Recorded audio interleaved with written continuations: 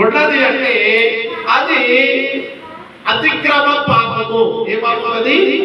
అతిక్రమ పాపం. వాక్యంలో చెప్తాడు ఆజ్ఞ అతిక్రమమే పాపము. ఈ పాపం ఏం చేస్తుంది అంటే సర్వ మానవాళి పైన ఏలుబడి చేస్తుంది. ఆది కాండంలో మనందరికీ తెలుసు, దేవుడు ఆదామును పిలిచి అన్నాడు, ఆదామా చెట్టు తోటలో పండ్లన్నీ తినవచ్చును కానీ జీవ వృక్ష ఫలములు మాత్రం నీవేం చేయకూడదంటే తినకూడదు. దేవుడికి స్తోత్రం.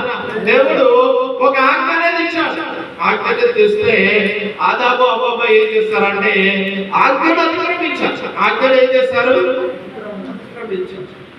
ఎప్పుడైతే వారు ఆజ్ఞను అతిక్రమించారో వారేమైపోయారంటే దేవుడికి దూరం అయిపోయారు.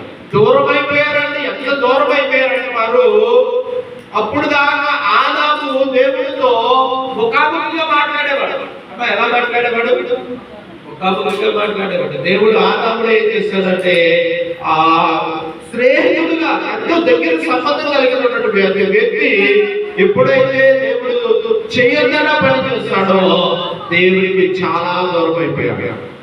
అయితే ఈ యొక్క పాపం ఏమైపోయిందంటే సర్వ మానవాళ్ళ మీదకి వచ్చేస్తుంది. మనందరికీ తండ్రి ఒక్కడే. మనందరం ఎక్కడి నుండి వచ్చామంటే ఎక్కడ ఎవరు తండ్రి ఎవరైనా మూల పురుషుడు మాత్రం ఎవరంటే ఆదామే. ఆదాము వారి రక్తముల నుండి వాళ్ళు వచ్చిన వారు. ఇప్పుడు ఏమైందంటే ఆ అతిక్రమ పాపము సర్వ మానవాళి మీదకి వచ్చేస్తుంది. అయితే ఈ సర్వ మానవాళి మీదకి వచ్చిన పాపాన్ని పరిహరించడానికి యేసు ప్రభు ఇలా వచ్చాడు. దేవుడికి స్తోత్రం. హల్లెలూయా. ఇంకా మనం ఆలోచన చేస్తే లోతుగా అనేక విధముల పాపములు కనబడతాయి.